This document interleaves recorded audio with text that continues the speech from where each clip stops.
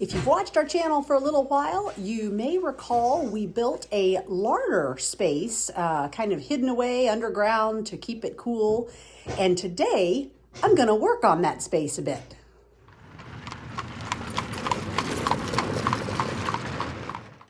Well, it's taken us a lot longer to build this house than we originally planned. But one of the big advantages that came from that is using that time to see how we wind up using spaces.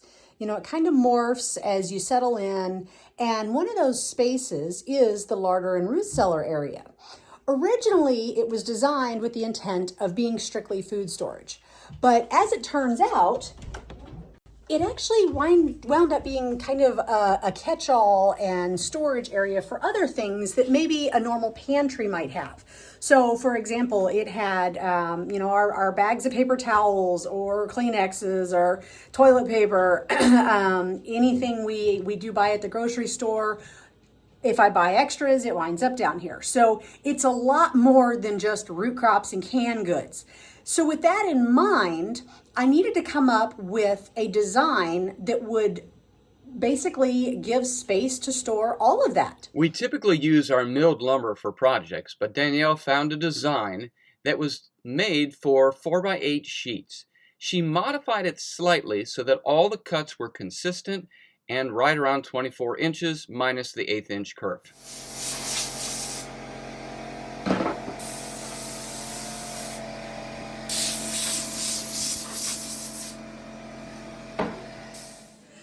For those of you who are actually building with Fox block or something similar, you may recall if you've watched our video of the construction of this larder that it was actually built with Fox block as the foundation. So we have a concrete floor, the Fox block walls on all four sides, and then just a plain concrete ceiling.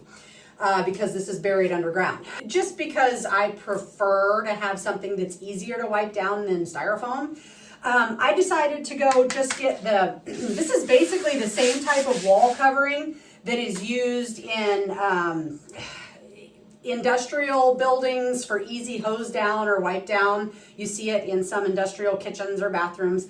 So I just picked some of that up and I am gluing it. So not for appearances, but it's just kind of a nice plasticky stuff that's really easy to clean off if I ever need to. It also prevents the styrofoam from being damaged by anything that might be shoved onto the shelves too firmly or whatever. So just kind of an idea, a precaution I decided to take. So I'll still need to install a piece above this. It'll go up to the ceiling. I've already got it on this side behind me. So that's actually the side we're gonna work on today. You can see there's 2 layers of it here. And it's not perfectly installed. I'm not too worried about that because it'll be covered up by the shelving. But for those of you doing Fox block, I figured it was worth mentioning how I am prepping the wall prior to installing these shelves. Initially, I built just 1 unit so I could try it out. Now, what attracted me to the design was that it basically used plywood as kind of the foundation aspect. You know, you split a 4x8, you cut 2 feet off the top if necessary, depending on the size of your larder, and you just assemble it. But after trying it out for a while, there were a few things I didn't like, and I decided to make some modifications. For example, the original design is intended to be adjustable shelving. So there would have been about twice this many shelf brackets, and that way you can take the shelves in and out and make adjustments based on the size of the jars you're gonna put on. But in my case, I've just proven I don't change it. As you can see, you know, I have small jars, I have large jars, and they just kind of go in the available space. Granted, right now I'm limited on space, but historically that's kind of how I've worked too. So I don't really need the adjustable shelves. The other downside of using adjustable, removable shelves is the fact that under the weight, the side begins to bow if it's not supported. Now again, mind you, this is a very thin, it's just 3/8 inch plywood because the intent is to have them butt up against each other for support. So that wouldn't be quite an issue if the entire unit was built.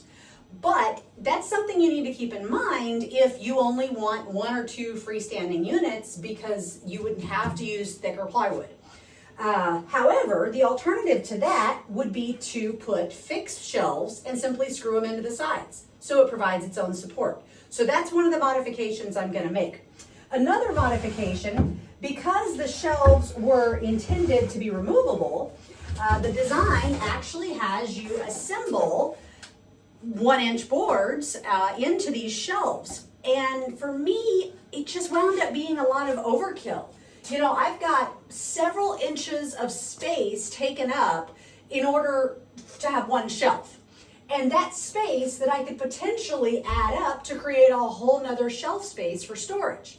So I'm going to be removing all of these and replacing them with 3/4-inch plywood shelves. Just stick it in, screw it in. It will increase my storage space while decreasing the waste. But other than that, the shelf will still serve as intended. Finally, one thing I'm glad I did initially was I decided not to put a low shelf at the bottom. I actually made my bottom shelf at a height that allowed me to put a 5-gallon bucket under there. We use a lot of 5-gallon buckets, but because, like I mentioned earlier, things like paper towels, toilet paper, large bulk items wound up being stored in here, I wanted a space for that. And that's something that makes it easy to pull out 1 or 2 bulk items, sweep or vacuum to prevent any pests from getting down there, and then just put it back. So it's a very practical space, but I'm not constantly bending over to get canned goods or, you know, being limited in my cleaning ability. So this is the model I'm basically using. We're going to make a few modifications and build out from there. The first part of the project involves shifting the cleats around and adding 3/4-inch plywood shelves, plus adding an entire new shelf space. This created a template for the rest of the projects. Okay, now that we have the original one modified, we're going to try to create a mirror image with the second shelf. So we're going to start on the second set by using the measurements from the first set. This part of the project went so much faster since I had Sean to help me out this go around. So we've got this second unit kind of attached and freestanding now, but I want to point out, because we saw off 2 feet of board for our particular height in the larder, what we do just to prevent waste is use the 3/8-inch boards that are used for the sides.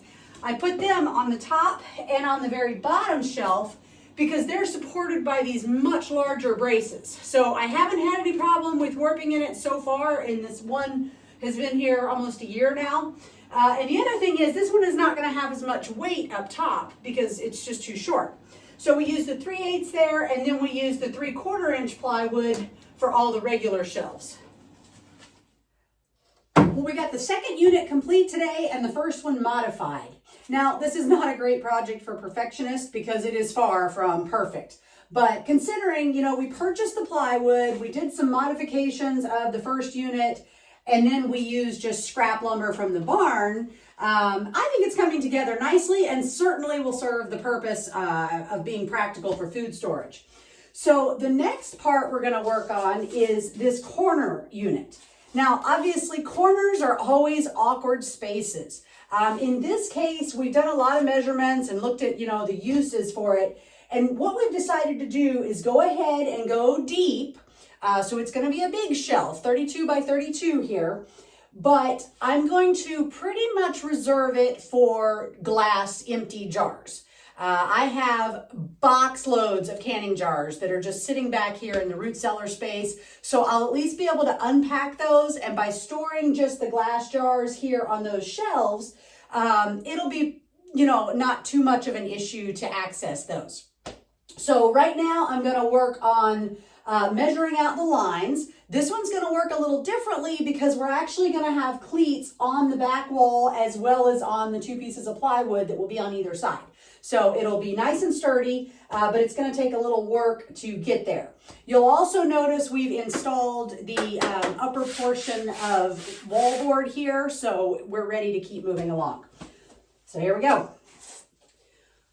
So because we're using the Fox block, you may recall it has the plastic studs every 8 inches. But the problem is I've covered it with wallboard, so I can't see those markings. So what we did, as we put the wallboard on, we actually put marks where those studs are. So now I'm going through based on those marks, and I'm just drawing a vertical line so I can see where they are. And that gives me an attachment point for my cleats that'll be in here. Once the vertical studs were marked, I simply used my laser to mark horizontal lines and attached the cleats. I've got all the cleats hooked up on the wall now. And I tell you what, that DOVOH laser level, we did a review about it some time ago. If you have a need for a level, check out our Amazon storefront in the link below, because that thing is awesome. We use it on the farm all the time, so definitely a recommended product. Made this job go a lot faster and a lot simpler.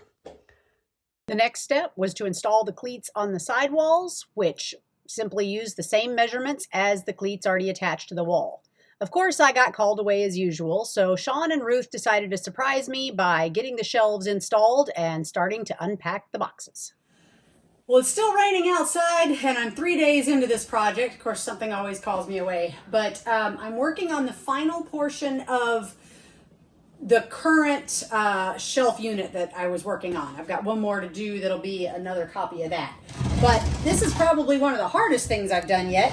We're actually building drawers that will slide in and hold the fresh produce. So this one I've already assembled to kind of give you an idea what it's going to look like. These are just grips to pull it on and off the shelf. And then I'm not really showing you the whole build process because I am far from being a woodworker. There's so many imperfections you wouldn't want to learn from me anyway. But you can find the information in the link that I'm going to put in the description, which will link you to the page where I actually found this initial design from Hobby Farms. So I've just constructed several boxes and I'm going to mount them to the plywood just like this, and we'll have a finished unit. We're finally finished, at least for now. This larder project has been on my list for so long, and just the ability to get all those boxes unpacked, sorted, find stuff that I was missing, and get things organized is a huge relief for me. So let's see the finished result for now. Obviously, I've got a lot of empty shelves at the moment because we just unpacked them. So these will be filled with time. But what we did was set it up so I've got plenty of space for the full jars that are being used, the empty jars to actually be sorted so I can find what I want. And I'm pretty excited because we got to start on, we'll have something similar, you know, like in our root cellar, but not all foods like the same type of storage environment. So there's some foods that prefer colder and more humid, like we'll have in the root cellar, and other foods that prefer a little less humidity and maybe a little bit warmer temperature. And we're talking about a 5-degree difference. So based on what we've been recording, I think we're going to be able to get pretty close to that.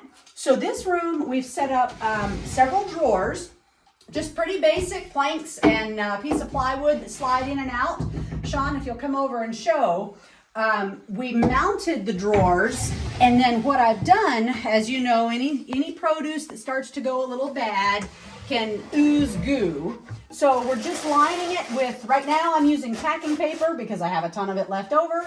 You could use pieces of cardboard or burlap, but that way if any of the vegetables start to go bad before you catch it, you've got something to keep your plywood from getting the goop all over it. So we've got a few things stored. Some of it's from our garden this year and others I've purchased, but we've got a great way to store. No shortage of potatoes for the next season. And this environment is perfect for it. But I also had Sean actually redo this shelf a bit. So he added another level for me to store just random things that we kind of need to keep in a pantry type environment. Well, that's about it for this project. Stay tuned because in the very near future, we're actually going to be installing the cinder block wall that will divide the larder from the root cellar area. So that's going to be a lot of fun. Obviously, use is going to be kind of limited for a while until we get back and really get the farm and garden going again, but at least it will be here and ready for when we are ready to kick off.